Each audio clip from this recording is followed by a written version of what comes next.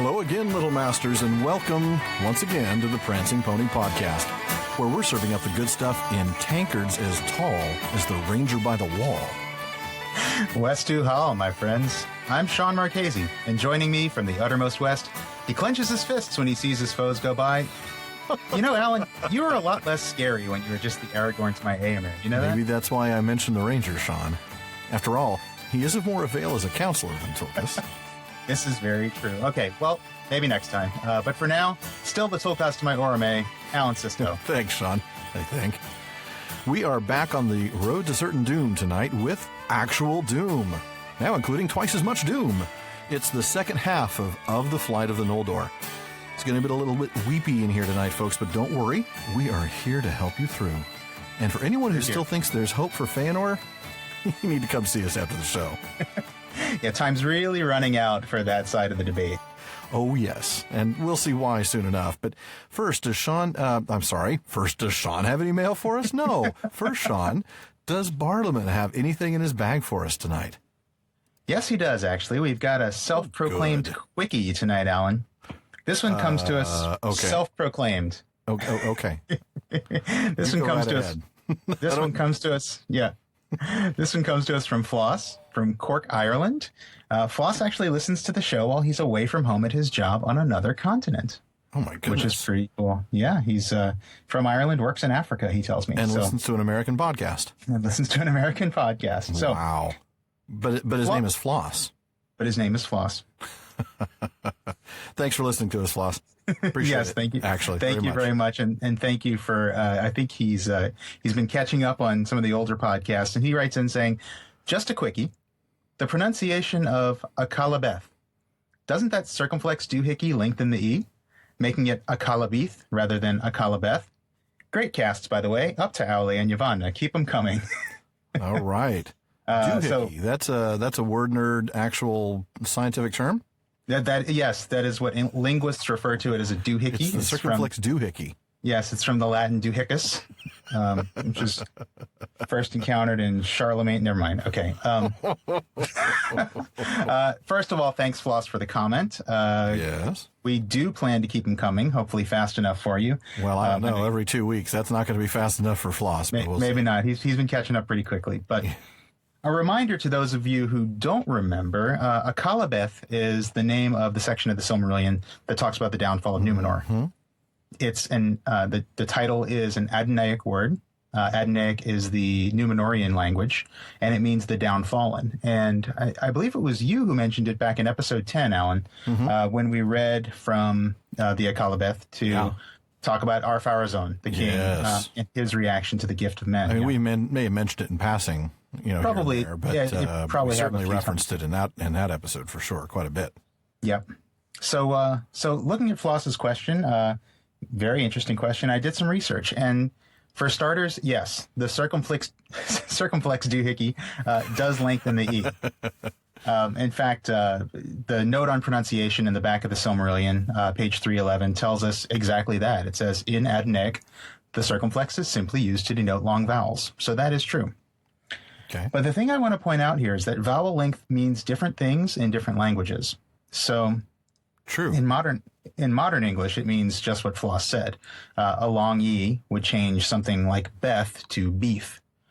But in a lot of other languages, a lot of the continental European languages, and in Middle English, in fact, which, as we know, Tolkien was very familiar with, long E actually would have been pronounced something like Baith. It's a little different. Actually, I'm going to go full word nerd on you here. Oh, boy. One of the differences between... Yeah. One of the differences between Middle English and Modern English is the pronunciation of long vowels. The event that marks one of the events that marks the breaking point between Middle and Modern English is something called the Great Vowel Shift. And it's a time when all of our long vowels started being pronounced differently. Interesting. Well, I would have thought the difference between Middle English and Modern English is that one is a cool old language. The other is a pop band from the 80s that did a song called I Melt With You. I Melt With You. Oh, yeah. That's a good one. Oh, sorry. See, I'm not quite as hardcore word nerd as you are. So I'm just trying to hang on. And I'm giving our audience something to hang on to. You stop the world. Oh, I'm leaving it there. But I bring up Middle English because I do think that that's kind of what Tolkien had in mind. I think it is more of a Baith. Yeah. And to be fair, we pronounced it Beth, and it probably is more Baith. A little bit more background on why I think this. In the back of Lord of the Rings, there is an Elvish pronunciation guide, and it mentions that in Sindarin, long and short E are the same. It says they have the same quality. In Quenya, long E is pronounced more or less like say, and is sometimes represented by an EI. Trying to think of a word that has that. I can't think of one off the top of my head, but I can't either. And you're I'm right. If I saw the diphthong EI, I would pronounce it A. Yeah. Just like you take AE and pronounce it I. Right, exactly. So that's one of those things that we know is the EI is usually pronounced A in the Elvish languages. Now, right, not Adunaic. Adunaic is not an Elvish language. It's a Mannish language, and actually comes from the language that the Edain spoke before they came to Beleriand. Wow, that's going way back. Yeah, that isn't. I've seen that root language called Taliska in some sources. Well, now you're just showing off. Yes, I am. But anyway, so Taliska was influenced by some Elvish languages. Anyway, I get a lot of this stuff from a really cool thing, a really cool book, essay in History of Middle-earth, Part 9. Sauron Defeated contains an unfinished novel called The Notion Club Papers. Have you checked that one out? Oh, yes. I did. Well, I did a long time ago, my first read-through of History of Middle-earth. I don't recall it very well. Well, it's really, really cool. And I'm sort of still working through it myself because that's how I read History of Middle-earth. I just kind of like pick it up and like, oh, this interests me right now. Yeah, exactly. But in History of Middle-earth, in the Notion Club Papers, Tolkien experimented with the idea of basically telling a present-day story about descendants of Numenor, basically. So basically extrapolating the story down to the modern day, down to the future, actually, because I think it took place in the 1980s, which, of course, he didn't live to see. Good for him. Well, modern English came out of the 80s. Well, yeah, that's true. But anyway, so there's actually a character named Alwyn Arundel Loudham who discovers the history of Numenor and discovers the Adunaic language in his dreams. In his dreams? He's actually having dreams about Numenor. Well, that, of course, you know where that's going to bring me. I mean, Tolkien had that recurring dream about essentially what would become the downfall of Numenor with the that inescapable wave. Oh, man. And of course, that was a repeating dream that he had over and over. I think we talked about this. I don't remember which episode, but there was one of the letters that we'd found out that he actually eventually found out that his son Christopher had that same repeated dream. That's right. That's really right. Yeah. Fascinating. And of course, he gave that dream to Faramir in the books. Right. Which Peter Jackson then proceeded to give to Eowyn. But hey, at least it was there. At least it was there, I suppose. Yeah, I agree. And still in the family, I guess. Eventually. So at some point, and it's always hard to tell what Tolkien wrote first, right? But at some point, he had actually given the dreams to this Loudham character. And to make a long story short, which is probably too late for it. I think that might be that ship has sailed and burned. But good. Nice. But Loudham actually records his the stuff he's learned about Adunaic in an essay which is published in Sauron Defeated. Okay. And in that essay, now I'm coming back to Floss's question. Now we go full circle. There we go. Coming back to Floss's question. In that essay, he traces the development of the Adunaic vowel system. And he says that the E with a circumflex actually comes from EI. Aha. So that's my roundabout way of getting to roundabout. Yes, I think the long E in Akalabaith should be pronounced Akalabaith as opposed to Akalabeith, or as opposed to Akalabeth. But we'll probably still pronounce it Akalabeth every now and then. Probably because it's just our American. Just like we still have a hard time with Teleri. Yeah. Teleri. Our lazy American voices, but we know how to say it, I guess. We do. And we'll do our best to say Akalabaith. Akalabaith. Okay. Akalabaith. Well, so, when we get to that in middle of 2017, that'll be relevant. Yeah, exactly. You're. Oh no, that's probably pretty right on. Yeah. I mean that is just next year, but it'll probably be it'll probably be, April or May of next year, I imagine. Yeah. Yeah. So thank you, Floss, for your question. Good question. And, hey, there's no such thing as a quickie when you ask me a language question. I'm not going to touch that one. I'm just not going to. But so now on with the discussion. Just like last time, we're going to be reading quite a few passages tonight, so bear with us.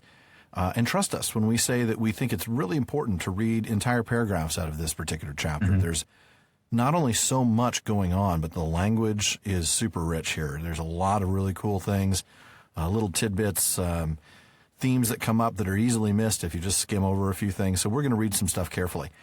I'm going to actually kind of give you a preview of the sections that we're going to talk about. Sean and I were putting together our outline, and all of it came together musically.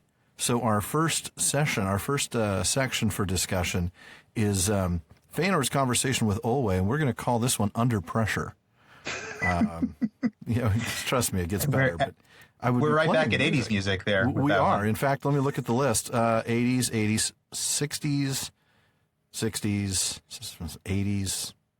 70s, 80s. Okay, yeah. We're old, folks. We're old. Yes. So as we're listening to this discussion, you can kind of hear that, doom, doom, doom, doom, doom, doom. So I'll just leave it there. That's all the singing I'm going to do tonight, folks. Aww. Well, the first thing we get in this new section, remember we started right after the Solace and a Burden on the Road, with Fëanor leading the rest of the Noldor, leading them northward. We get a little bit of a geography lesson. The first thing we see is that Tuna, beneath Teniquetil, I did it again. Beneath Teniquetil. Why is that? I used to not do that at all, but now that I'm trying to avoid doing it, I do it all the time. It's because you're conscious of it, I think. That is exactly right. So, Tuna, beneath Teniquetil, was set nigh to the girdle of Arda. For those of you who don't know, that's going to be the equator. Right. The world's not spherical yet at this point. It's still flat, but there is a midline, and it was very near that. So there the sea was super wide, and like we talked about in a recent episode, I think it was the last episode, the coastlands of both Middle-earth and Aman grow towards each other. Draw together towards that, right. Towards the, I guess it's not really the North Pole, but the northern edge of the disc. Kind of an upside down V. So I guess that would make it an A without the crossbar. And so that's, a little bit of a geography lesson. But I think the thing that's really important that the farther north you go on the circle, the closer the land masses draw to one another. Yeah. Because that's going to be they were going to cross. Key plot point. Yeah. They were never going to cross, right. Hop in the water right across from Tuna, and not going to happen. Right. So that ends up being Fëanor's first plan, isn't it? It is. To take the Noldor to the north. Just take them to the north. We know that that's his are following Melkor, or Morgoth at this point. But it's interesting. I think the first thing I spotted here was as the mind of Fëanor cooled and took counsel, he perceived overlate that they weren't going to get all the way up there without ships. Fëanor cooled and took counsel. Now, we've talked about this before, right? He doesn't. Nobody ever changes his mind by counsel, right, or by force. Whom did he take counsel? Well, it looks like, as usual, Fëanor thinks the smartest guy around is himself. So he talked to himself about this. But it is really kind of a bright thing. He recognized, kind of duh. I mean, how gonna need to get across the water somehow. Exactly. I mean, what did he think was going to happen? I don't think I can move an island like Ulmo did. No. And I mean, it's going to be a while before planes are invented. We can catch the 417 over to Middle Earth. Yeah. I mean, Southwest does not have a flight that takes off from there. No. And they've got way too many bags for that. Way too many, even though they were supposed to not pack much, right? Fëanor's got way too much baggage for many flights. Wow. He's got too much baggage for any airline. It made me think of like a little kid running away from home, right? I mean, let's say my 4-year-old packs his Iron Man backpack with some toys and some candy and walks out the door. And he doesn't really have a clear idea of where he's going or how he's going to get there. Yeah. So brilliant, Fëanor. At least you finally figured that out. So anyway, so then he goes to the well, and I love that he's, it would take a long time and toil to build so great a fleet. Right. And I don't want to say even if any of the Noldor knew how to do it, which they don't. And they can't look it up on the internet. No. So interesting, though. So now he's going to persuade the Teleri. We're going to see very quickly that persuasion, well, he's just not very patient with his persuasion, is he? No. He starts out trying to persuade. He does, yeah, for a paragraph or so. We'll get to that. But I thought it was interesting. You really see three purposes. Two of them are explicitly listed here, but the third one, of course, is the ships to overcome the long leagues. Right, yeah. But the passage says he wants two more things. His power for war upon Morgoth would be increased. Mm-hmm. Now, let's talk about that for a second. This is a war that is nothing more than personal vengeance on his part, right? Yeah, that's true. He wants Morgoth gone because he killed his dad and because he took the Silmarils. Oh yeah, we talked about this last time. It's his own grievance. It's nobody else's grievance. Yeah, this is Fëanor's war, and it's not anybody else's. And to really think that the Teleri, who are OMGCs, are going to be really interested in war is kind of a naive thought on Fëanor's part. But it's the third reason it's certainly a practical rationale, selfish and ridiculous. But okay, I'm going to need more people to. Right. I need ships and I need arrow people. Fodder, I guess. I need exactly. I do need cannon fodder. I need meat shields, as we call them. And these poor guys, they're only equipped with slender bows, so they'd be perfect for that job. Right.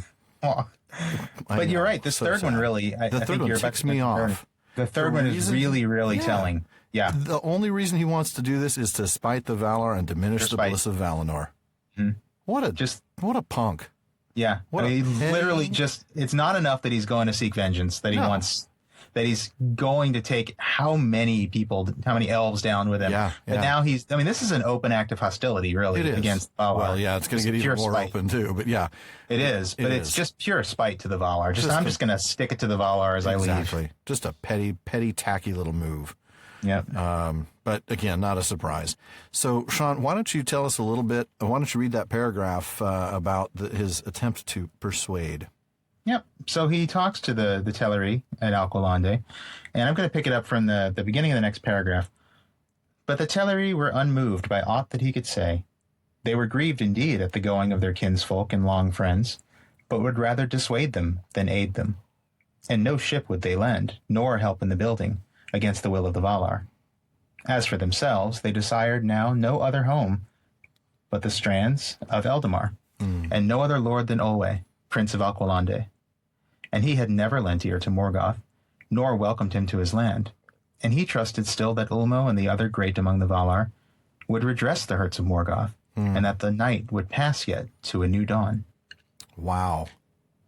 So it's just hey, we're happy here. No, we're not helping you. There's so much there, though. As this cat, not only does he continue to trust Ulmo and the other great among the Valar, so we're talking about the high ones of Arda. Right. But he also, look at that last line. I didn't even catch this when I was taking the notes. And that the night would pass yet to a new dawn. That sounds like hope to me.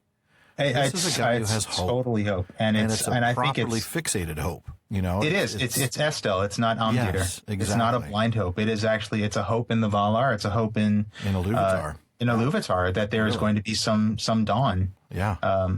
It's very telling. This is exactly what Fëanor is missing in his life. Yes, it is. And contentedness, too. Yeah. Olwe never lent ear to Morgoth or welcomed him to his land. Why? Yeah. Because he was content. He didn't need what Morgoth was offering. Granted, Morgoth really didn't think that much of them. He didn't see them as a value. He never really bothered with the Teleri, No, but certainly contentedness is something that, would make one, pretty useless to Melkor Morgoth. Yeah. And it is interesting, we've done a lot of beating up on the Valar in recent episodes about the fact they're kind of idle and that they don't really take a whole lot of initiative in dealing with Melkor. Right. Or Morgoth now. So it is interesting that, that here, one would almost admire, if it wasn't Fëanor, one would almost admire somebody taking, wanting to do something himself instead of waiting for somebody else to take care of the problem for him. True. But I don't know. I mean, this is Fëanor, and it is Fëanor. The goal itself is flawed for Fëanor, and here, I mean, we know because we know what's going to happen. We know that the Valar are working on it. you know. They are, yeah. And we get to so, that. We get to that in a few chapters where, right. you know, they were not idle. And it's, you know.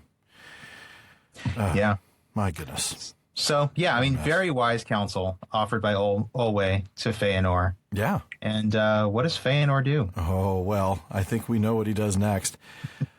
Then Fëanor grew wrathful, for he still feared delay, and hotly he spoke to Olwe. You renounce your friendship even in the hour of our need, he said. Yet you were glad indeed to receive our aid when you came at last to these shores, faint-hearted loiterers, and well-nigh empty-handed. In huts on the beaches would you be dwelling still, had not the Noldor carved out your haven and toiled upon your walls. But Olwe answered, We renounce no friendship, but it may be the part of a friend to rebuke a friend's folly. And when the Noldor welcomed us and gave us aid, otherwise then you spoke. In the land of Aman we were to dwell forever, as brothers whose houses stand side by side. But as for our white ships, those you gave us not. We learned not that craft from the Noldor, but from the lords of the sea. And the white timbers we wrought with our own hands, and the white sails were woven by our wives and our daughters. Therefore we will neither give them, nor sell them, for any league or friendship. For I say to you, Fëanor, son of Finwë, these are to us as are the gems of the Noldor, the work of our hearts, whose like we shall not make again. Boy, there's a lot there, too. There's a ton here. There's a ton, and we're going to dive in a little bit. I mean, wrath. We start with the wrath at the beginning of that passage. Spoke hotly. Speaks hotly, yeah. That made me think of Nerdanel and how she restrained him when the fire of his heart grew too hot. So here's that temper that we know exists. Even the fearing of delay. We know why he fears delay because it was mentioned earlier. He fears delay because he fears that the rest of the Noldor will figure out that he's an absolute fraud. Right.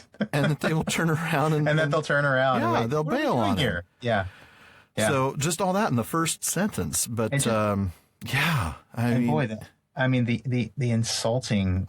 Just nasty. Faint-hearted loiterers is just. Well-nigh empty-handed and nothing without us. And, it's just so harsh, you know. Oh, we sorry, but for another 80s reference, we built this city. Oh, that's bad.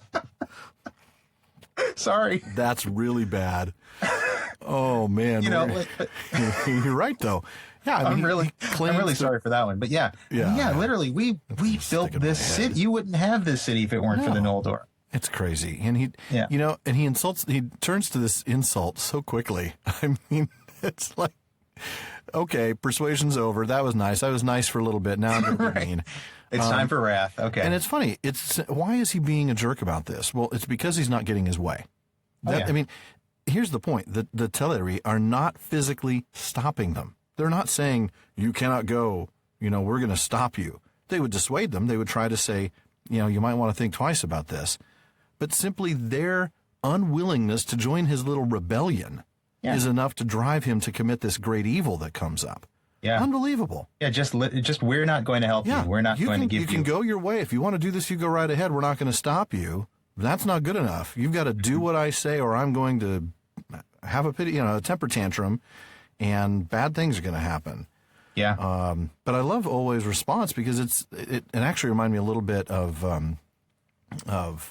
Fingolfin's response to Fëanor sticking his sword in his chest a few chapters back. It's just super measured, reasonable, just decent. It's you kind of opposite of Fëanor. Well, you kind of start to wonder if those who have been around Fëanor before know how to deal with him, how to handle him very delicately.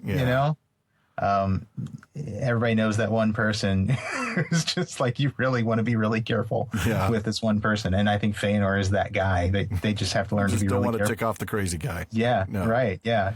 Crazy. But I love this this one sentence. It may be the part of a friend to rebuke a friend's folly. That's wisdom. Man, ain't right that the there. truth? Wow. I mean, that is exactly what a friend is for. To keep you from doing stupid things. But, And, I think we talked about that. This I'm suddenly reminded of what we talked about a few episodes ago when we talked about Finway's failure to properly raise and discipline Fëanor. It's kind of, it's the part of a father to correct his correct his son and to rebuke his son when his son is being foolish. Father disciplines his child, absolutely. And here, if the father isn't going to do it, well, your friends should be the one to do it, and he doesn't. Fëanor doesn't even want to hear it from his so-called friends. No, you're right. My goodness. And then there's the ships. This is something, we get the details of how they learned their shipcraft. That's right, yeah. But what we also find is that these are the great subcreation of the Teleri. These are really comparable in many ways to the Silmarils. Oh, yeah, absolutely. And yet Fëanor, as we'll see later, shows zero empathy about this, doesn't get how important that is. He can't conceive it. No. It's... Well, because his subcreation is better than everybody else's, so he has the right to do whatever he wants in order to get his back, apparently. Yeah. Crazy. Yeah. And it's very important, we talked about the fact that there are some things that can only be made once. Yeah. And they say, always says that, these are... Whose like we shall not make again. Shall not make them again. And maybe they don't have any more white timber. I don't know. I don't know what the deal is, why they can't, or why they won't, but the fact of the matter is, these ships are special. These ships are a big deal. Yeah. They're a huge deal. And the thing is, Fëanor, of all people, should understand that. He's had his most special creation stolen from him. And that is a horrible, horrible thing. And I understand his desire for vengeance and his desire to regain the Silmarils. I don't understand his desire to throw away the entire future of all the Noldoran elves in order to do that. But, the goal in itself, I understand. That's a really good point. He should, you would think if he had any introspection at all, any empathy at all, he would see, okay, yes, the swan ships are just like my Silmarils. They're, how would I feel if somebody took my subcreation by force, which, by the way, just happened. Yeah, exactly. And started this whole thing. But unfortunately, has no introspection. No. Every person that exists is a tool for him to use, just as they are for Morgoth. For Morgoth. He uses people. He loves things and uses people, right? And what do we know? We're supposed to love people and use things. It's the other way around for Fëanor. Yeah. That's a good point, yeah. Yeah, just sad. But, once again, we get emo next paragraph. So Fëanor goes away and sat in dark thought beyond the walls of Alqualondë. Oh, man, there he is, sitting in the dark. Sitting in the dark. Probably listening to, like, Morrissey or something. Man, we are just hitting all the... Boom, boom, boom. All the 80s stuff today. Well, that does actually lead us to our next section, and here's the 80s reference about the actual kinslaying coming up. I believe the song People Are People would probably be the appropriate background music for this one. Why should it be that you and I should get along so awfully? Yeah, that's a good one. Oh, goodness. That is a good one. But, it's clear that Fëanor knew what he was doing, because he wasn't sitting there so much thinking, what am I going to do? I think we know exactly what he was going to do. He was just thinking of how. Oh, he's thinking, how am I going to do it? Exactly, because it's only until his host was assembled. Right. So, my thought was, instead of just... when he judged that his strength was enough, he leapt into action. Right. Yeah. In other words, I know what I'm going to do. I just have to wait until I get the numbers to do it. He could have just marched forward and braved the Helcaraxe, as we will see others end up needing to do. But instead he waits because, now he has his, wahaha. He's formulated his evil plan to steal the ships. Now the tragedy begins. My goodness, I just, reading this just... It's very sad. It is very, very sad. And this is a book with a lot of sadness in it. Yeah. There's a lot of tragedy, but this is... what's just awful about it is, the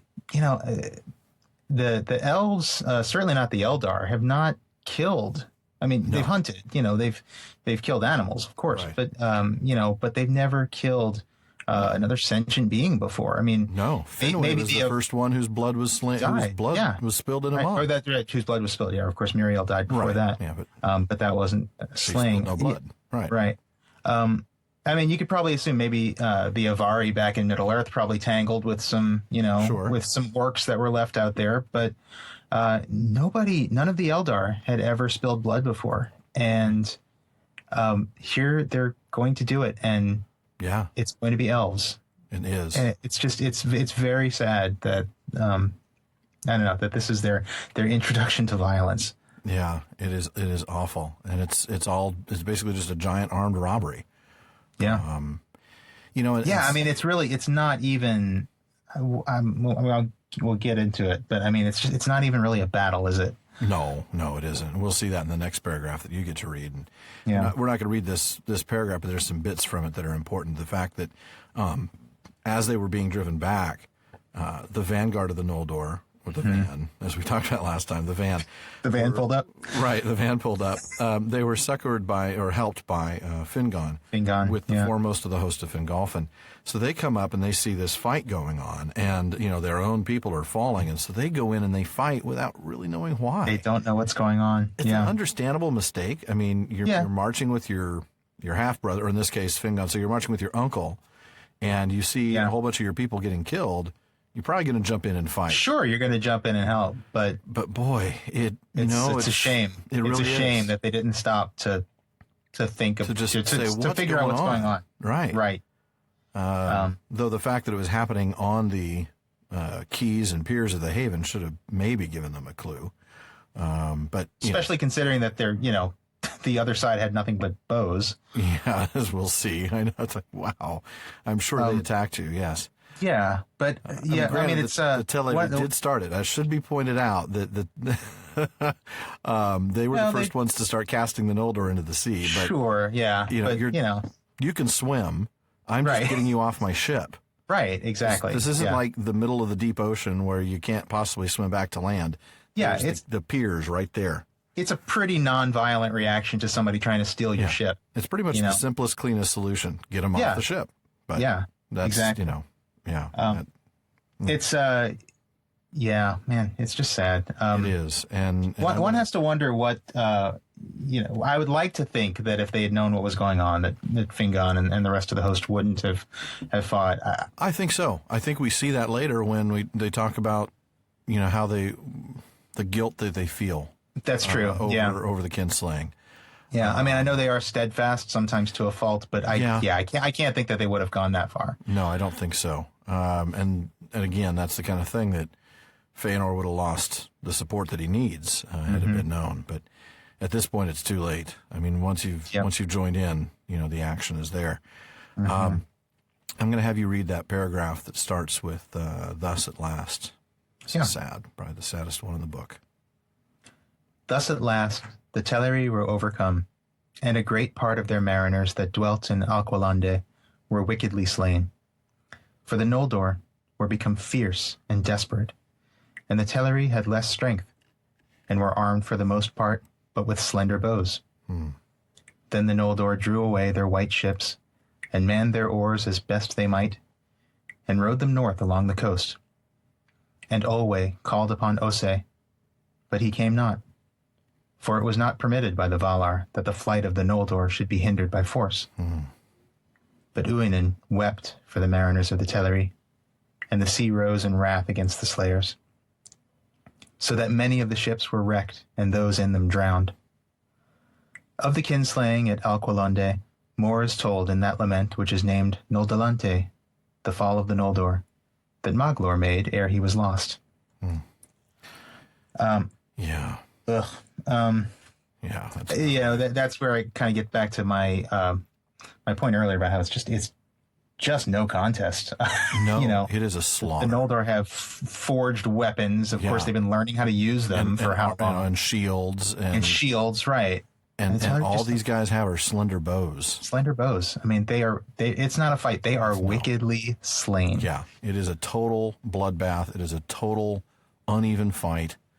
It is a complete, it's an atrocity. All because Fëanor couldn't get his way.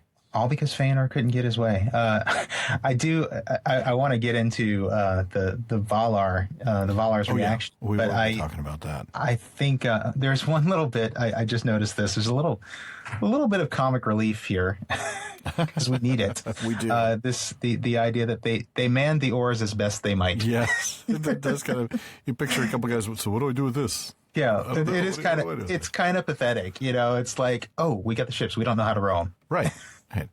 But I get a giggle out of it, but it's foolish. It is. It's arrogant. It's short-sighted. It's like, what were you going to do when you got these ships? Short-sighted. Yeah. What were you going to do? You have no idea how to row. Yeah. Well, and you certainly don't know how to raise the sails and turn them into Yeah. You're going to have to. That's the only thing you can do. Just plain silly. I mean, it is. And this is really it. I mean, this is, you joked about it a moment ago. I mean, this is really it for Fëanor. There's no going back for him. He's now crossed a bridge that he has fallen. There is no turning back. Yeah. And that's the thing, the kinslaying, you mentioned that last sentence that Mor is told in the lament, which is named Nodolante, the fall of the Noldor. The fall of the Noldor. It's not called the butchering of the Teleri. It's called the fall of the Noldor because it is the Noldor that have fallen. Mm-hmm. The Teleri may be less now. They, certainly lost a great number of people, but it is the Noldor. But it is the Noldor who are lost, who are fallen as a result of this. Absolutely. And I love the fact that it's Maglor who wrote that. Isn't that cool? Fëanor's second son. Yeah. I mean, it tells you that, he's going to regret this later. Yeah. Well, and I think, there's a number of times where you get the feeling that a couple of his sons really do regret. Oh, for sure. Yeah. Some more than others. Some not at all. That is very true. Yeah. And it always reminds me of that one line. I come back to it that, she bore 7 sons to him. Her mood she bequeathed to some, but not to all. That's right. And so maybe Maglor and maybe Maedhros got a little bit more of Nerdanel. Yeah. And when I think of and then Curufin and Celegorm and Caranthir got all Fëanor. Seriously. But we'll get to that, folks. Mm-hmm. For now, it is funny. Just a quick sidebar on that. I remember the first time I read the Silmarillion, probably the first few times I read the Silmarillion, the 7 sons of Fëanor really didn't leap off the page the way some of the others did. They kind of all ran together. Right. You got 2 M's, 2 A's, and 3 C's. Mm-hmm. But it's one of those things you read it over and over again, and you really do see different personalities emerge. Very different. Mm-hmm. Mm-hmm. And we'll get to some of those just in a few chapters actually. Once the of the Noldor and Beleriand. Yeah. But for now, tell us about the Valar. Yeah, that's the thing. We see that the Valar are not going to permit that the flight should be hindered by force. So they call on Osei, but Osei can't do anything. Which, I get this, but I think what it makes us. It's again, if they stop them, they prove Fëanor right. That is true. Yeah. I think that might not be the case now. I think stopping them now would have been perfectly appropriate. Would just be punishment for a horribly evil act. Yeah. But I think what we're seeing here is the importance that the Valar and indirectly Iluvatar place on the exercise of free will. I really see this as being, you're going to have to live with the consequences of your actions, and we're not even going to stop you right now because you're going to keep going down this hole. Mm-hmm. And, you make your bed, you lie in it, that kind of thing. But this is the Valar taking that hands-off approach that, again, they probably learned by making the, arguably, mistake of bringing them over. Bringing them to Valinor in the first place, yeah. And realizing now the thing to do is to let them do what they will do. And, in the end, justice will have to be done, and we'll see that coming up here in the prophecy. But that's what it comes to, is the exercise of free will. That's a good point. And, in a way, the way it will play out, no spoilers here, but there will be justice. It's going to take some time, but there will be justice. And the way it plays out is I think it probably gets its point across much better. It does. Than it would have if they had just forced them to stop. There would be no lesson learned if they had just forced them to stop. That's true. As it is, sadly, a lot of this becomes a cautionary tale. Oh, really? Yeah. The whole Noldor story is a cautionary tale. Yeah. One thing I did pick up on here is Uinen. Yeah. She doesn't use force. She weeps. Yep. And it's her, her happen. weeping. Yeah. And it's the power of grief. Justice is already done. Yeah. Yeah. And we've talked about the power of grief with Nienna, and that's kind of a cool thing. That is a cool thing. I didn't quite catch that in terms of the weeping being, not a thing of force, even though it resulted in force. Mm-hmm. I love that. That is beautiful. And just, again. Oh, yeah. So they get away, and now the Teleri who were wailing before are likely wailing again. And after this evil course, some of them are on the land and some of them are in the ships as they're going north. Now, why haven't they just all popped in the ships and sailed across the sea? Again, they're still fairly close to the equator. The sea at this point is very wide. It seems to be the wiser choice to continue north until the ocean is a little narrower and then cut across. Right. So, that's the direction they're heading. We get a little bit of geography, the northern confines of the guarded realm, the borders of the empty waste of Ahriman, which were mountainous and cold. Mm-hmm. But then we get the prophecy of the north. We get another one of those cool "some say" moments. Yeah. Which is awesome. And some say that it was Mandos himself and no lesser herald of Manwë. Yeah, this is another one I'm inclined to take this in at face value. I think it's Mandos. I absolutely do for two reasons. The statement, as we'll get to it in a little bit, we'll read the entire prophecy, is clearly both a moment of judgment and fate. Mm-hmm. So it meets both sides of that kind of dual meaning of doom that is Mandos' job to speak at Manwë's bidding. Right. I can't imagine that it is anybody but Mandos. Yeah.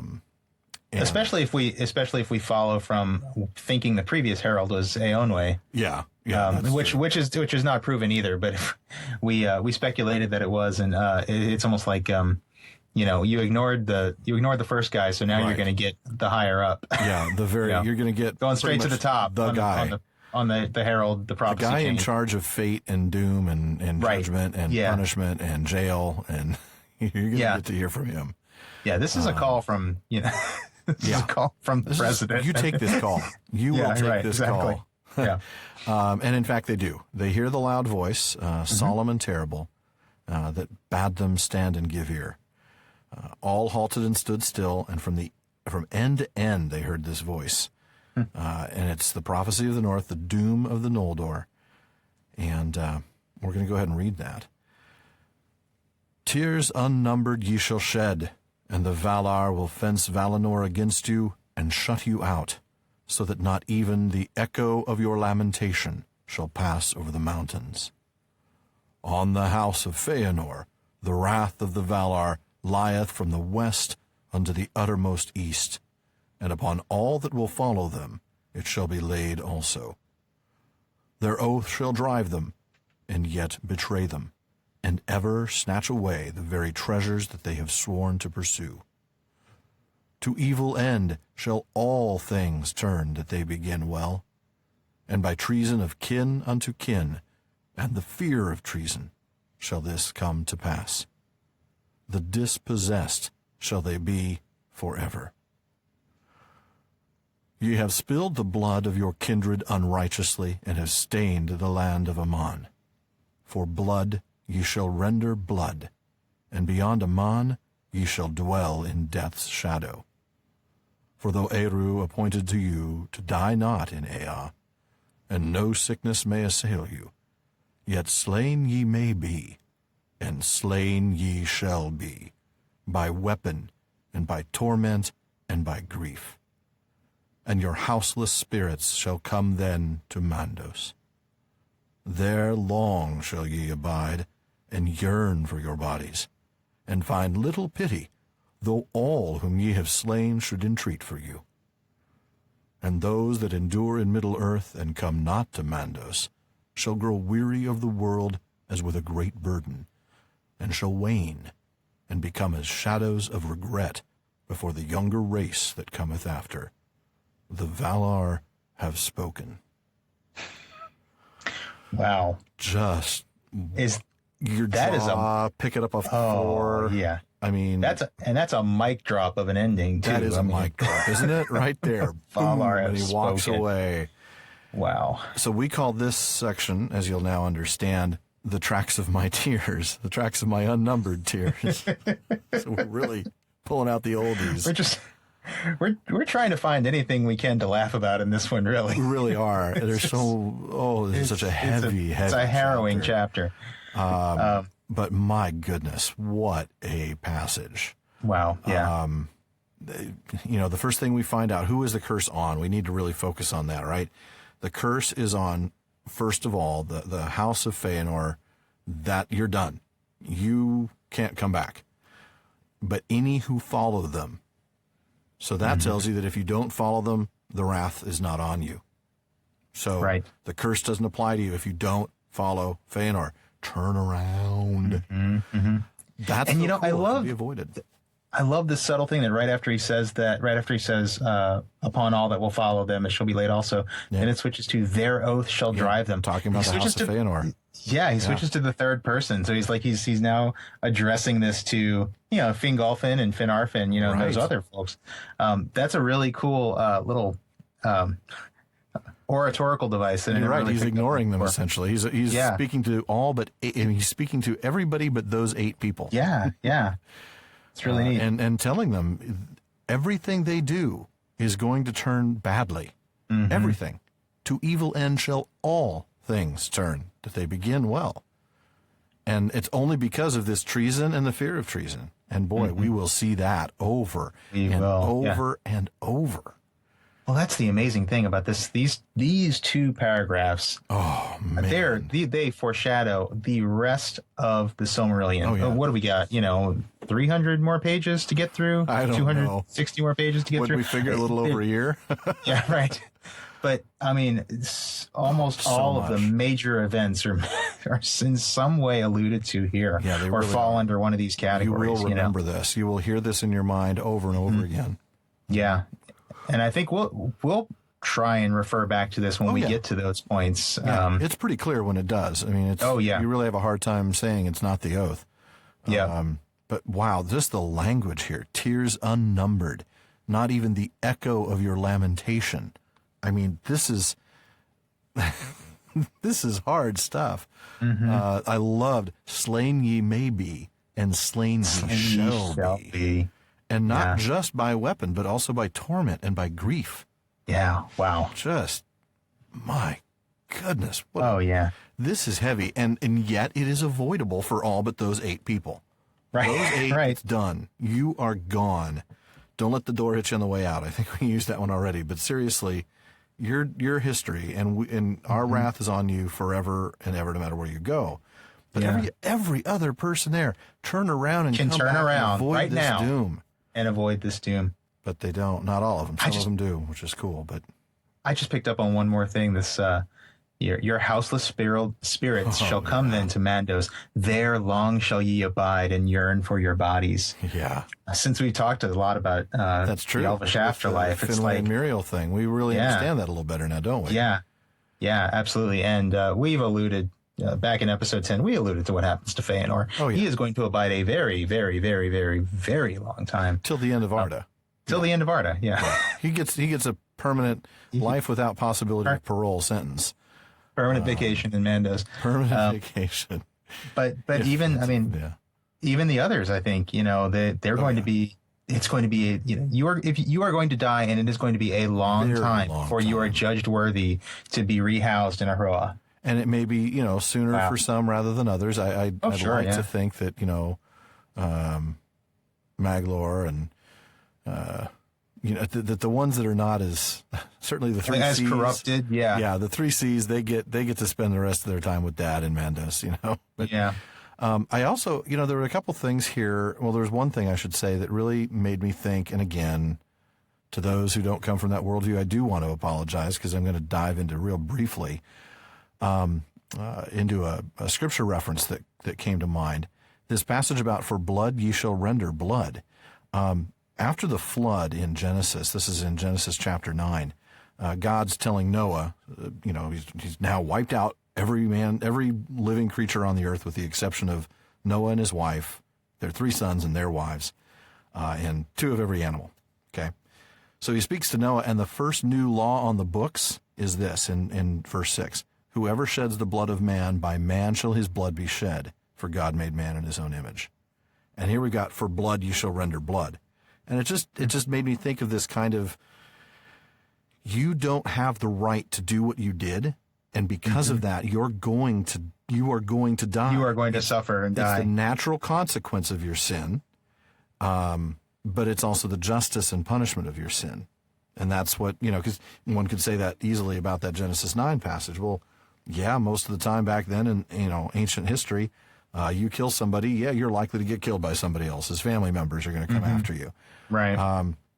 And here it's the same thing. For blood, you shall render blood. Anyway, that just popped in because... No, that's really cool. It's and it's this idea that they're going to reap what they sow. Exactly. They are the ones that have sown this bloodshed. Yep, absolutely. And they are going to reap it. Many times over. Quite many times over. My goodness. I think we're going to get into the responses now. We are. I think this is I'm a big fan of classic prophecy moments throughout mythology. You look at I'm a big fan of Greek mythology. Right. There's so much. There's just so many of these like vague, not misleading, but just like sort of vague, hard to interpret prophecies. Yeah. And it's always.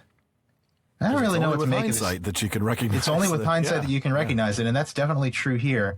Mm-hmm. And another thing that strikes me is tears unnumbered. Yeah. I don't quite know what to make of this yet, but usually in Greek mythology, whenever somebody doesn't believe a prophecy or thinks that they can beat it, that's always when they go wrong. I think of somebody like I don't know, maybe the classic example is like Oedipus or something, which sure.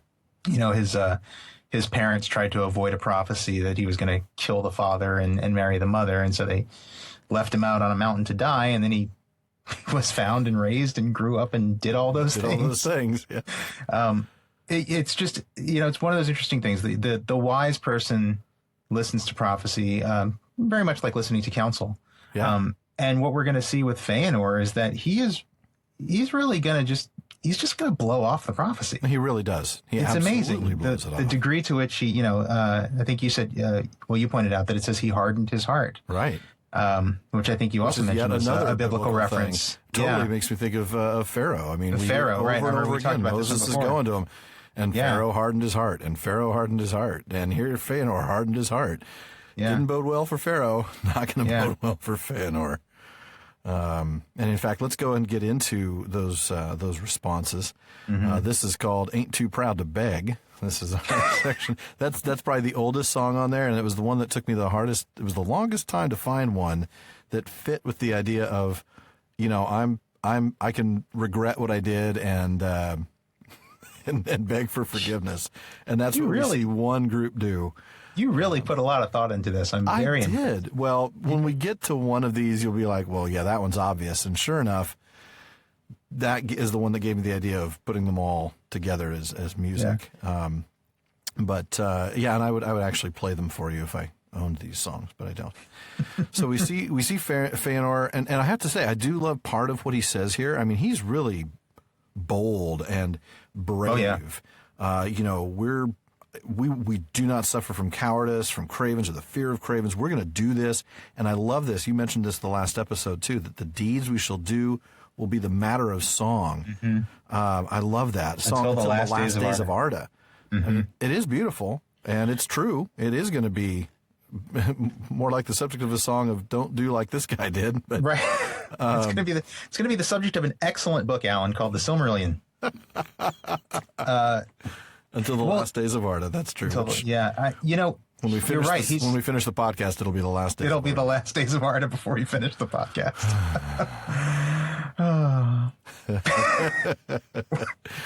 But who knew what we were getting into? I know. But although he's not wrong, this idea of my deeds will be the matter of song, this reminds me of a similar comment by a much more admirable character. I'm thinking of Theoden in The Two Towers. I know exactly what you're talking about. The passage in Helm's Deep when Theoden is talking to Aragorn. Such an end. Yeah, exactly right. He says, that's a great passage, isn't it? Yeah, where is it? I've got it right here. He says, "The end will not be long," said the king, "but I will not end here, taken like an old badger in a trap. Snowmane and Hasufel and the horses of my guard are in the inner court. When dawn comes, I will bid men sound Helm's horn, and I will ride forth. Will you ride with me then, son of Arathorn?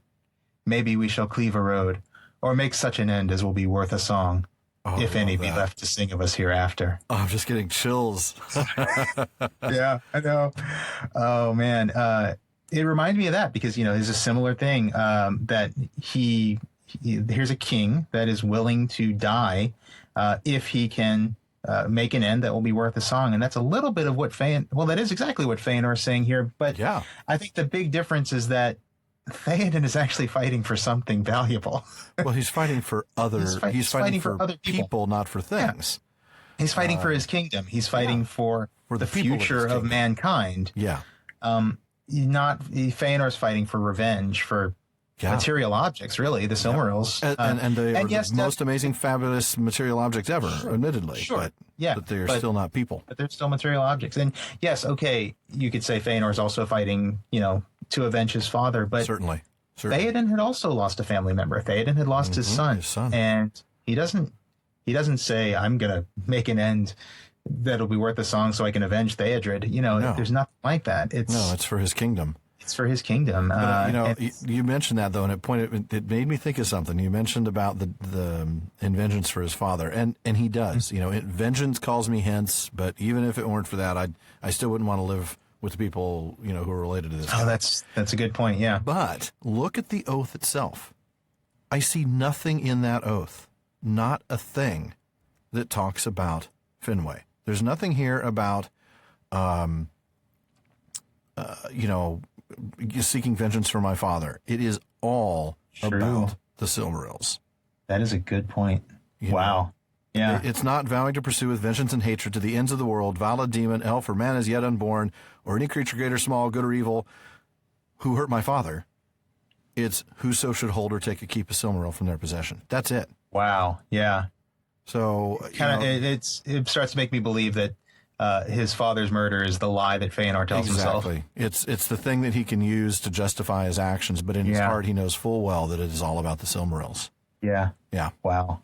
Yeah. Good catch. Yeah. Well, when you don't like Fëanor very much, it's it's funny though. I don't think I felt this way about him the first few times I read it. It took me several reads to start to see the Fëanor Morgoth comparison, which the more you think about it, the more clear it is.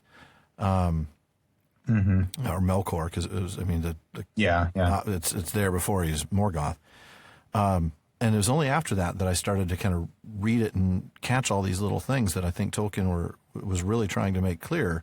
Fëanor's not a good guy, right? And I think I think my story is pretty similar. Yeah, I mean, I first read this book when I was a teenager. I barely understood it anyway. But it might have been 20, but that's it. I think I was definitely at an age where I was able to see Fëanor as oh wow, he's really cool. He makes Silmarils, and he fights for what he believes in, and he's rebellious. He doesn't take take stuff from Manwë. He's like right, exactly. I'm my own man. Yeah, and so I think it's probably good that we're talking about this because I know we've come across pretty strong on Fëanor, and I know we both are, and I think it's deserved. But it is it's something that isn't always obvious on the first reading. It's something that does emerge with successive readings, and getting to know a bit more about Tolkien himself, though Tolkien would probably hate to hear me say that, that knowing something about his personal beliefs helps influence how you read his books. But true. But I don't know. It's definitely something that emerges after. Yeah, and I do need to kind of give a little bit of grace to those, first, second, third time readers who, don't see Fëanor in quite the same dark light as I see him. But, once you've read the book a few times and you start to see all the things that the oath causes, combined with this horrible murder, this slaughter of the Teleri, there's really, I don't think there's any way to come at Fëanor as anything other than really evil. Truly A villain. A villain, a bad guy. As bad as Melkor? No, he's not. He's not out to destroy the world for the sake of destroying the world. But I would say he's a mini Melkor. I would say he's a mini Melkor. I mean, he is the instigator of a great fall. Mm-hmm. Oh, absolutely. Of the fall of the Noldor. He's right. Only smaller because it is limited to the Noldor as opposed to Melkor being responsible for the marring of he doesn't have the power to mar the entire world. Right. But I'll tell you what, if it took marring the world to get his Silmarils back, he'd do it in a heartbeat. You bet he would. Yeah. So I want us to skip the Finarfin response because we're going to take some time to go into that. Tell me a little bit about, I know we're not reading it, but tell me a little bit about Fingon's response. Fingolfin. I'm sorry, did I say Fingon? I meant Fingolfin. My apologies. Oh, no worries. Yeah, so Fingolfin actually decides that he's going to keep going. He and his people, they feel the constraint of their kinship. Yeah, isn't that interesting? Yeah, I mean, there's that. Fëanor pretty soon won't feel the constraint of their kinship. No. And I think Fingolfin in response won't anymore. But yeah, there's that steadfastness that, that sort of blood is thicker than water mentality, got to stick with my brother. But also, in addition to just the constraint of their kinship, they also knew that they had not been guiltless. Yeah. And this is really where that rash decision to rush in at Alqualondë and rush to the aid, that's where, that regret, oops, we made a mistake. And they're afraid. They're afraid to go back and face punishment, which, one can bet that they would face some sort of punishment. Oh, certainly. Even if they didn't know why they were doing it, even if they weren't as evil in intent as Fëanor was, they still took part in this kinslaying. Right, exactly. No, I think you're right. I think, there's that fear of judgment, but also that steadfastness, which comes back to kind of bite him here. Yeah. Well, and again, we see Fingolfin is loyal not only to his brother, but we also see loyalty to his sons. Yeah, to his sons and to his people who I agree. And I think this is interesting that, part of it seems to be that he stays for Fingon and Turgon, who were bold and fiery of heart. Right, who also kind of have that same sort of steadfastness. They're loath to abandon a task which they put their hands on. I mean, that's steadfast right there. Oh, yeah.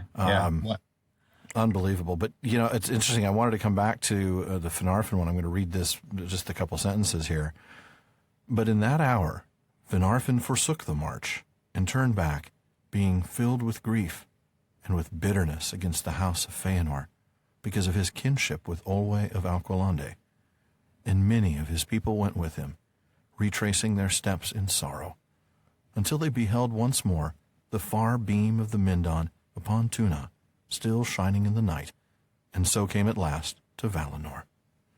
There they received the pardon of the Valar, and Finarfin was sent to rule the remnant of the Noldor in the Blessed Realm. I love seeing that. That's actually something good happens in this episode. Something good happens, and that's why I chose the song I did for this one, the Ain't Too Proud to Beg. Yeah. They knew that they were going to come back and face something, and they didn't know what. They didn't know whether now they weren't involved in the kinslaying. Right. So there wouldn't have been that level of punishment, but just the fact that they had rebelled. Just rebelled in the first place. Yeah. They have good reason to believe that they're going to face some sort of punishment. Absolutely, but they receive the pardon, and I love this because what we see here is, we've come back to humility and repentance a lot. Yes, we do. Yes, we do. That's what we see. We see the humility to go back and face the consequences. We see no matter what they might be. True repentance, turning around, literally turning 180 degrees and going back. Mm-hmm. And, of course, his kinship with Olwe has everything to do with this. Remember, Finarfin is Olwe's son-in-law. He's married to the daughter of Olwe. So they're really, this is tough. I mean, no wonder he's bitter at the house of Fëanor. Oh, yeah. But the fact that they turn around, there's that repentance and humility, and then what happens? Grace and redemption. right? They get the pardon of the Valar that maybe they didn't deserve. Okay, so there's grace.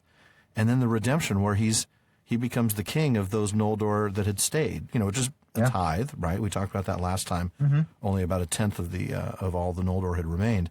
But plus the ones that came back with him. Plus any that went with him and came back, Right, that went with him. Now, we know it wasn't the most because the main host held on. So, maybe 20% or something like that. But, he's the king. And so he gets kind of rewarded in a way. Yeah, he does. So now the kingship has gone from Finwë to Fingolfin and now to Fëanor. Right. Bypassing Fëanor completely, though he claimed it. And we'll see that even though he claimed it, boy, he sure didn't act like a king. But, oh no, not at all. Unbelievable. And then, sadly, though, I think you're about to talk about Fëanor's kids. Yeah, the kids decided to stay with the sons of Fingolfin. We talked before about how they were close. And clearly they are, because Finrod and Angrod and Aignor, and even though he says the sons of Fingolfin, it really also means the daughter too, because Galadriel right, didn't leave either. So yeah, just amazing. But I love that. Wasn't Orodreth is one of his sons? Well, too, that's right? The whole Orodreth thing is interesting. He is listed as his son here, but then there's some other writings. There's a few different versions of it, in History of Middle Earth. It's more likely that he really was the grandson. I'll have to look that one up. Yeah, we may answer that on our Facebook page. I didn't pull that into my notes for tonight, but other sources, questionable canonicity, I suppose. But I think Christopher Tolkien, in History of Middle Earth, realized that one of the errors he made was making Orodreth Fëanor's son, the direct son instead of the grandson. But we'll see that later. But we'll try to touch on that on Facebook. Not right away, but maybe by the time this episode airs, we'll get to that. Yeah, maybe we'll get to it when we get to Orodreth again. We won't really see him again until the chapter 21. Really, right? Yep. Mm-hmm. Oh yeah, It's chapter 19, I guess. Yeah, because that's because Finrod says Yeah. So now we move on to the coward of the county. Fëanor abandons the Noldor. It's one of my favorite ones. Oh man! Well, you're from Texas, right? We talked about this. You must own some Kenny Rogers, and the answer was a firm. The answer was a firm no. No. I have some Willie Nelson, but that's about it. Oh man. Well, I figured you're in Texas. You must have some, but oh well. Yeah. I haven't lived here long enough to have a big country music collection. They only give me one CD a year. There you go. And right now everybody's going, "What's a CD?" What is a CD? Man, I'm old. People buy music on CDs. What are people buying music? Yeah. Saw that in a movie the other day. I can't remember. Oh, it was in what was that one with the fox and the bunny? The animated one that my son dragged me to. Zootopia. Cute movie, gotta say. There's a scene where Nick the fox is going through the glove box in this limousine, and he pulls out CDs, and it's all like Rat Pack music, and he's like, "But who buys music on CDs anymore?" It's like, man, when did CDs go the way of 8-tracks? But I know he's right. Totally tangent. So, yeah, we digress, right? And we talked about. We're going to just change this. The Prancing Pony podcast is going to change its name to the Digressors. The Digressors. I was going to say the Prancing Pony podcast now with pop culture references, with double the pop culture references. Right. Well, why don't you read the paragraph starting with "The Noldor came at last"? This is a good one. It is. I almost stole this from you. Yeah, thank you. You like geography and cool Thank you names. for your generosity. I do love this stuff. The Noldor came at last, far into the north of Arda, and they saw the first teeth of the ice that floated in the sea, and knew that they were drawing nigh to the Helcaraxe. For between the land of Aman, that in the north curved eastward, and the east shores of Endor, which is Middle Earth, that bore westward, there was a narrow strait, through which the chill waters of the encircling sea and the waves of Belegaer flowed together. And there were vast fogs and mists of deathly cold. And the sea streams were filled with clashing hills of ice and the grinding of ice deep sunken. Such was the Helcaraxe, and there none yet had dared to tread, save the Valar only and Ungoliant. Wow. So we're coming. That's such a cool one. Such a Isn't cool it? one. Yeah, I mean, just such a powerful visual image. Just these icebergs Fogs and mists and the sound of the iceberg grinding and clashing. Yeah. Impressive. Intense. A lot of good geography in that one, including an interesting new name for Middle Earth. Endor. We have not looked that up, but boy, that sure does, ring a bell. Got to give a shout out to my Star Wars fandom. Yeah, I keep looking for the Ewoks there on the forest moon of this particular continent. Yeah, but I've wondered about this one for a really long time. I know that me too. there is a Quenya etymology for it. It is. So I did look this one up. Oh, good. It is, I'm glad you did. Yeah, it is. Well, of course I did. You're Alan. a word nerd. I am too. I just didn't have time today. It literally means something like middle land. Ende means middle or center. Okay. And then the door at the end is just, that's the door that means land or realm that we see in, Gondor and Valinor. The N is just a different initial consonant. Exactly. For that same root. So it basically means middle land, Middle Earth. Okay, that's fair. But the first time I read the Silmarillion, I remember laughing out loud at this because having been a Star Wars fan all my life before Lord of the Rings, it's like, George Lucas must have borrowed it from this. But we were talking about this earlier. They might have actually both. They might have both borrowed it from, and I'm going to bring in the Bible again. There's a story in 1 Samuel about the king Saul. This would be the king before David, the super famous king there. If nobody's very familiar with the Bible, you might all know who David is. Saul was the king right before him, and he was kind of a bad guy. And at one point, he felt like he needed to contact a medium to find out a little bit about his fate. That was something that God was not really too keen on, and kind of one of the things that led to continue his downfall. But the whole point of Endor was that he said, find me a woman who's a medium. And they were, there aren't any around here. Oh, there's one in Endor. Well, now Endor just happened to be a neighboring, kingdom, neighboring land, I should say. But it is interesting because it's also mentioned, I think, in the book of Joshua, just in a list of place names. Nothing. Okay. It's not like anything important there happens to it in Joshua. The only, place where it's actually featured is that passage in 1 Samuel. Okay. But it's in the Bible a couple of times. I know nothing about its etymology in Hebrew, and of course that is an English word. I don't know if that's a transliteration or a translation. Most of the place names were taken directly from the Hebrew, so I would imagine that's what it is. But I know maybe kind of a modern. I'm sorry. I said I already know better than to say anything about Hebrew. I'm just going to get it wrong. We've learned our lesson on that one. Hey, if anybody knows it, if any of our Semitic language scholars know the etymology of Endor in Galilee, was it? I don't know. No, I don't know where it would be. Let's see. Yeah, I don't know. If anybody could give us information, that would be really neat. Cool. Yeah, it would be. But yeah, it's interesting to think that maybe Tolkien, was familiar with that, though that's pretty obscure. I mean, it's not like a major reference. But then, did Lucas read this and like the name for it? But anyway, great description of the environment and geography. It made me think, we were talking about the mists, the vast fogs and mists of deathly cold. But it must have been a miserable place to be. As we'll see later in the next passage, there's a little bit about the clinging mists through which no gleam of star could pierce. Oh, yeah. Man, wow. It is just dark. So it's pitch black. You can't even see your hand in front of your face at this point because there's no sun or moon yet. We'll get to those. There's no light of the trees behind, and now you don't even get the starlight coming through. Right. Wow. That's a treacherous crossing. Oh, goodness.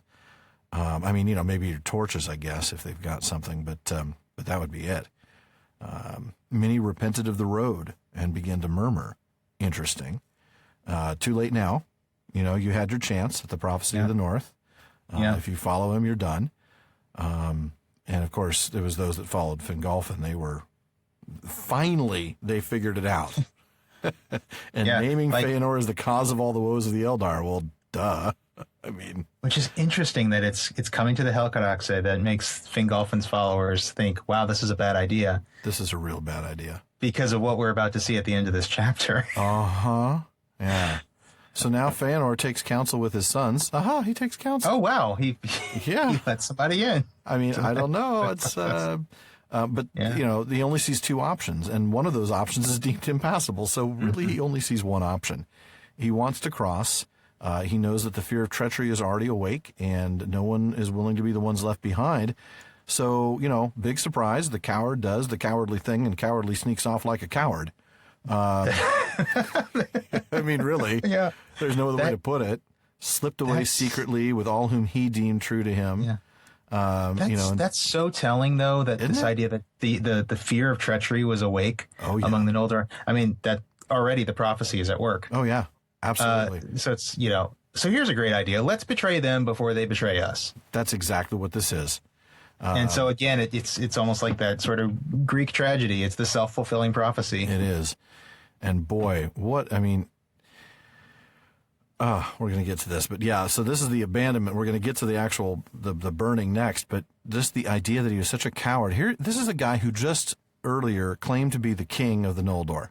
He claimed the kingship of the Noldor from his father. And yet he's abandoning his people. Wow. He's taking only a few of them with him and abandoning the people that he claimed to be king over.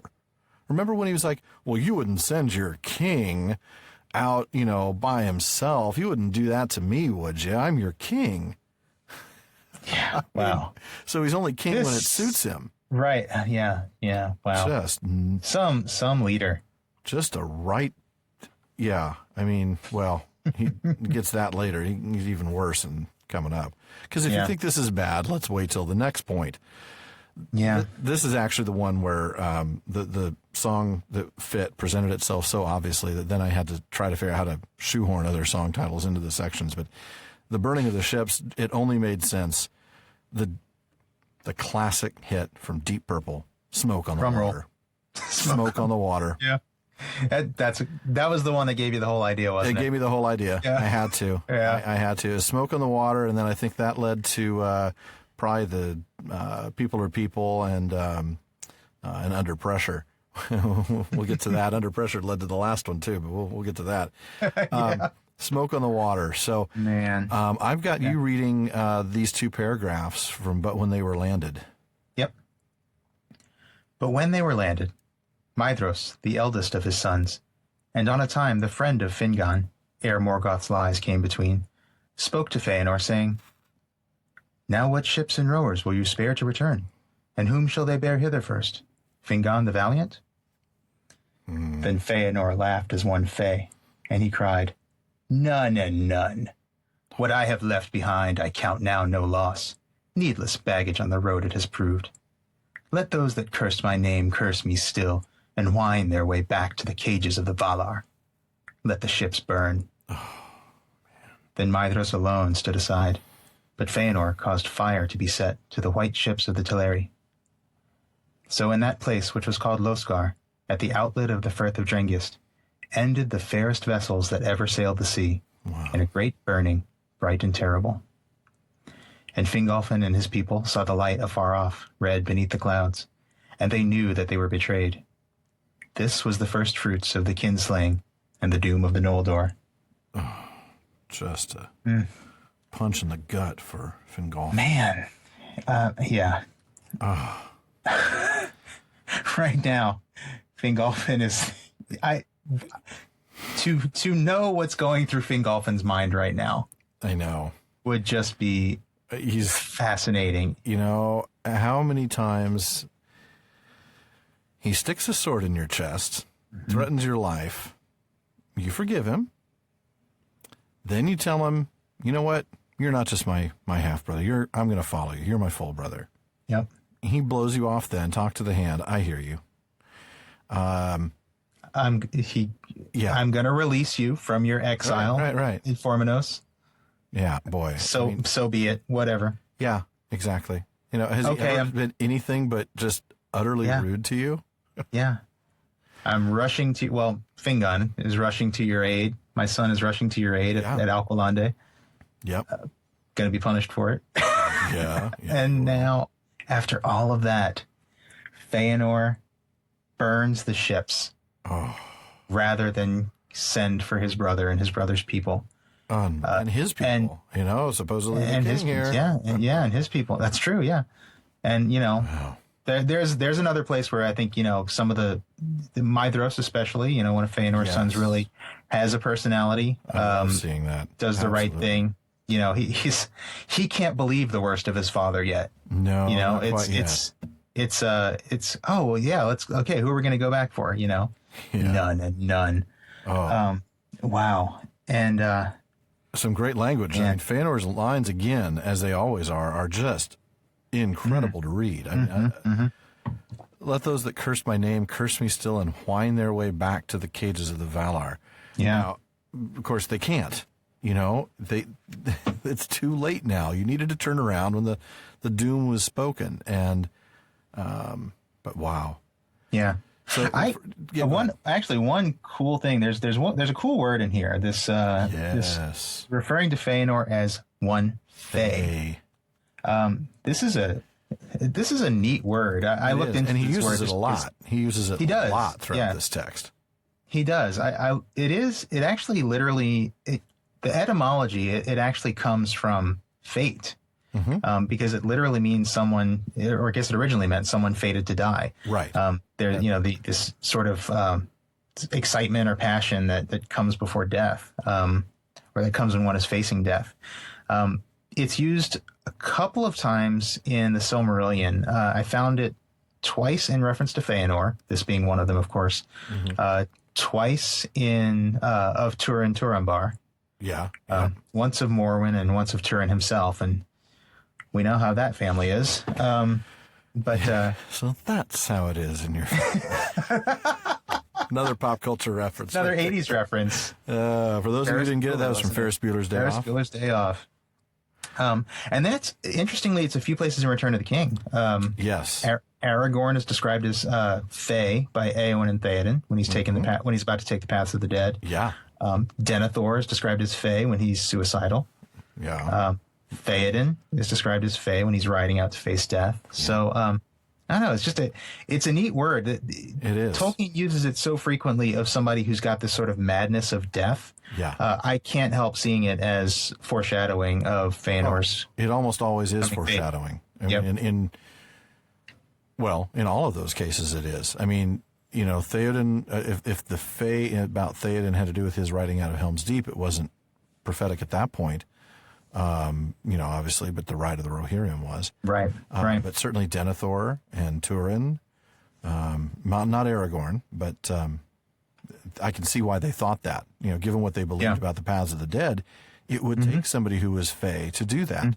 Right. Somebody who knows that they are about to die, and therefore it doesn't matter what they do. They are going to be, they're able to be ultimately brave because they know they're about to die, so it doesn't matter. Right. And that's what this is. That's a good way to put it. Yeah. It doesn't matter now what I do. Yeah. So I can, do whatever I want. The first thing that jumped out at me, of course, is this friendship between Maedhros and Fingon. And just a reminder for first-time readers, that friendship is going to come to the fore once more in just a few chapters in one of the most powerful examples of selflessness, of unconditional love, really. But it's flipped. It'll be Fingon for Maedhros. Right. Interestingly, we'll get it when we get there, but I love, and I will say this, I love that Fingon does what he does before he knows that Maedhros stood by and didn't support his father's move here. Right. Yeah. In other words, what he did, really he cool, did thinking full that he was part of the burning. That's a good point. Yeah. And that's what makes it so amazing. Pure selflessness on Fingon's part later on. Totally. That's really cool. One of the coolest moments in the whole book is right there. I want to go back and read that part. I know. Isn't that cool? I might actually do that after we're done. The other thing is, we talked about the whole king thing, right? He abandons his people, so he's some king. But I want to get to the actual destruction of the ships. Again, we talked about being a sub-creator, how he should understand what it means to have your sub-creation taken, and he absolutely does not care. He destroys the masterful creation of the Teledry. As it says here, the fairest vessels that ever sailed the sea. Mm-hmm. Just another evil act. Yeah. Not as evil as killing people, but my goodness, But certainly on the order of the destroy. Yeah, well, this is on the he's a mini Melkor. This is on the order of the destroying of the trees. You know, yeah, it is. It's the subcreation that can only be made once. It's on the level of the theft of the Silmarils. It is, but he doesn't even see it that way at all. No, not at all. It's horrible. And then it is. And I look at why in the world did he burn them? Why take the time to light these things on fire? It's not like they had kerosene or anything, so they would have had to really work hard to get these ships to burn, especially because they were probably still pretty wet. But that's a good point, because they could have just kept the ships leave the ships on the there. eastern shore. It's not like they're going to throw a rope across the sea and pull the boats back. This isn't the tiny river in Mirkwood and with the Hobbit. You could have just left them there and keep going. If you're really in a hurry to go after Morgoth, why bother to burn the ships first? And it's because of one of the following must be true. He knows that Maedhros, and maybe others, but certainly Maedhros, would be willing to go back and get Fingon. And most likely, he wants to send a signal to Fingolfin that he has been abandoned. This is a big middle finger writ large. It really is. To his half-brother. Yeah, it is really unbelievable gall. Yeah, it really is. Wow. Because he didn't need to do it. He could just left the ships there and go on and try to go after Morgoth. Yeah. Burning the ships was the most unnecessary waste of time. But he did it for a reason. Unnecessary act of destruction. Yeah. Waste of time. I'm sure it's probably both. I think he definitely knows that Maedhros, would probably be Maedhros would have liked to have gone back. Somebody in Fëanor's camp was going to, maybe the next day regret what they had done and send, come back with a ship. Yeah, and at least get some. Yeah, but burns them. Burns them so it can't happen, and burns them so Fingolfin knows he's been betrayed. Yeah. That's just, it's sadistic. It is. It's sadistic. Cruel. It's just, It's above and beyond. It's more than he needs to do, and he does it solely to be spiteful. Yeah. Just like we found out he wanted to do with trying to get the Teledry. One of the reasons he wanted to do that was because he wanted to be spiteful to the Valar. Yeah, that's a good point. He's bitter, and he's always Yeah. So again, for the Fëanor apologist, I apologize. At this point, there's just there's no defending him at this point. No. This why does the fire come up here? That reminds me of you remember the essay that one of our listeners posted online recently. Oh yeah, yeah. So actually, I want to probably should talk about that a little bit. Let's give her a shout out, and we'll make sure we put a link in the link in our show notes for her too. We'll do that. Yeah. So one of our listeners, her name is Olga, and she's been listening to the show for a while. She's been communicating with us on Twitter for a while. After listening to some of our recent episodes on Fëanor and Melkor, she decided to write a little essay about it that she put on her blog. And one of the things she talked about that I had never really picked up on was just how much fire imagery there is with both Fëanor and Melkor. Now, we've talked about it with Melkor.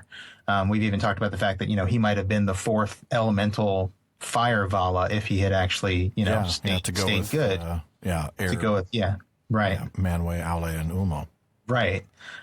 So I think we've talked about it with Melkor. Obviously, Fëanor's name means spirit of fire, but I had never picked up on just how many times fire appears in conjunction with Fëanor. And here's another case of, this is literal fire, but literal fire. There's, and we talk about how he's hot, he reacts hotly. Yep. Mm-hmm. But this one is just, again, like no good reason to burn the ships. None. But it's like, well, I'm the fire guy, so I'm going to burn it. That's true. So big shout out to Olga for that awesome essay, and for a really cool insight for me that I read at just the right time to read it in this section. So it was perfect timing because we did. We just found out about it this week. Yeah. But that was a really cool essay to read, Olga. So thank you. For posting that. And we'll put a link up on our website. Yeah, we will. So everybody can check it out. Yeah, we can send the 13 or 14 people that are still listening to us over to your website. There you go. So now we get to the seventh and final section of this half of the chapter. And our 80s reference song this time, because we got to come full circle. We started with Under Pressure. How about the song that sampled Under Pressure with Ice Ice Baby? That one. Oh, man, that's bad. That's bad. The Crossing of the Helcaraxe. Yeah. I'm going to actually... What? It's certainly fitting. It is fitting. That's true. It's almost as bad a reference as We Built the City, which was my fault. Really, yeah. No one to blame but myself. No one to... That's right. I hold you blameless in that one. And in all that comes after. Right. Yeah. I'm going to go ahead and read the final paragraph of the chapter then, and we'll discuss. Then Fingolfin, seeing that Fëanor had left him to perish in Ahriman, or return in shame to Valinor, was filled with bitterness. But he desired now, as never before, to come by some way to Middle-earth and meet Fëanor again. And I don't think it's because he wants to have a barbecue. No. And he and his host wandered long in misery, but their valor and endurance grew with hardship. For they were a mighty people, the elder children undying of Eru Iluvatar, but new come from the blessed realm, and not yet weary with the weariness of earth. The fire of their hearts was young, and led by Fingolfin and his sons, and by Finrod and Galadriel, they dared to pass into the bitterest north. And finding no other way, they endured at last the terror of the Helcaraxe and the cruel hills of ice. Few of the deeds of the Noldor thereafter surpassed that desperate crossing in hardihood or woe. There, Elenwe, the wife of Turgon, was lost, and many others perished also. And it was with a lessened host that Fingolfin set foot at last upon the outer lands. Small love for Fëanor or his sons had those that marched at last behind him, and blew their trumpets in Middle-earth at the first rising of the moon. Wow. And there we have it. Yeah. Boy, you're not kidding about. Yeah. he really wants to see Fëanor again. Yeah, I'll bet he does. I want to meet you again, buddy. Yeah. Pretty sure that whole half brother in blood, full brother in heart thing, that is done. Yeah, I think That's so. Done. Yeah. I think we're up stick to a fork in it. Yeah. We're up to I'm gonna kill that bleeping bleep. Yeah. Well, and then Man. to see so many people that die. I mean, we're only given the one name, but then we see many others perished also. Yeah. Well, it's interesting that that so many died, but we're reminded that the fire of their hearts was young. I mean, these are what a beautiful passage, isn't that? Yeah. Oh yeah, about the elder children undying and new that's come and beautiful. not yet weary, and That's beautiful. their valor and endurance grew with hardship. Oh, Yeah. And it's a reminder that these are elves in their prime. These are the In firstborn their prime, children of absolutely. Iluvatar in their prime, and many of them perished. yeah. This isn't a crossing that ordinary men such as Oh, ourselves no. could endure. I don't think so. And we see that. I mean, when you look back and you see all the things that the Noldor do throughout the rest of this book, to have it said of this that few of those surpassed this in hardihood or woe, Yeah. there's a thing called the Battle of Unnumbered Tears. It's not a giveaway because it's in the list of chapters. My goodness, if this, in terms of hardihood and woe, Right. Yeah. This must have been horrible. brutal. And Absolutely one can't horrible. even imagine that sort of cold and the icebergs and how do you get from here to there and the And the darkness. cold. Remember the darkness. Oh yeah, And- the stars can't even be seen through the mist. yeah. I do want to touch briefly on Elenwe, right? I mean, Yeah. Oh, good. Yeah. she's the wife of Turgon, so she's, just so that we can put that in context for those of you who have read the book, and even for those who haven't, you'll then be able to remember this. She's the mother of Idril Celebrimbor, Right. or just Celebrimbor. I'm not even. I'll have to figure that one out. But that makes her the grandmother. Probably Celebrindle. That's what I'm thinking. Celebrindle. Penultimate syllable. Yeah. Yeah. You wouldn't do the last one. It's the penult. Right. It's the penult. Right. Word nerd alert. Penult. That's not a word you hear every day. We do that. So she's the mother Unless of. you hang out with us. There you go. And the grandmother of Eärendil. Right. So she's a very important woman. She dies. And this is what's interesting to note. Remember, she is one of the Vanyar. So, the Fingolfin's sons are half Vanyar, half Vanyar, quarter Noldor through him, and a quarter Teleri through, no, I'm sorry, my mistake. I think the Teleri part comes with, that came into Finarfin's children line through Eärwen, right. Always daughter. Fingolfin's lines are just the two, no Teleri. I knew there was a Teleri line in there somewhere, but it's not in Fingolfin's line. It's in Finarfin's line. Okay, right. So in Fingolfin's line, so his kids are 3/4 Vanyar, because he's got a Vanya wife, and his mother was Indus. So. That's right, yeah. But so she's one of the Vanyar, and she's the only full, that we're given a name of, or that we're told, she's the only full Vanya to accompany the Noldor on their exile. And she didn't make it. And she didn't make it back. And she did not get back to Middle-earth, so none of the other Vanya ever tried. So we talk about the Noldor are the only kindred that ever made it back to Middle-earth. Now, there's one exception.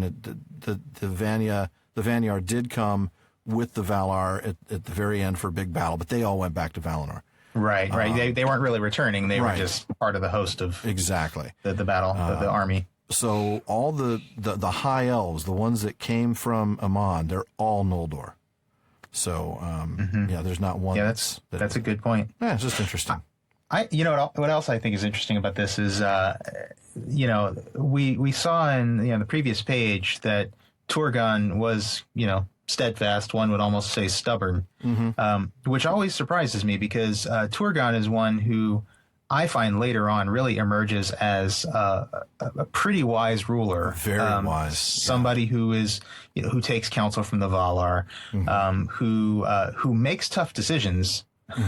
Very boy, does he make tough decisions. Some very tough ones. But always with with this wisdom and sort of the best interest of his people at heart. I kind of feel like this is a turning point for Turgon. Absolutely. It's unfortunate we you don't get that much of Turgon's inner workings. His mental process is not like maybe Finrod or some of the other elves. But I just think it's interesting that this is probably where Turgon maybe kind of tempered his boldness a little bit and learned a little wisdom. Yeah, that makes sense. No, you're absolutely right.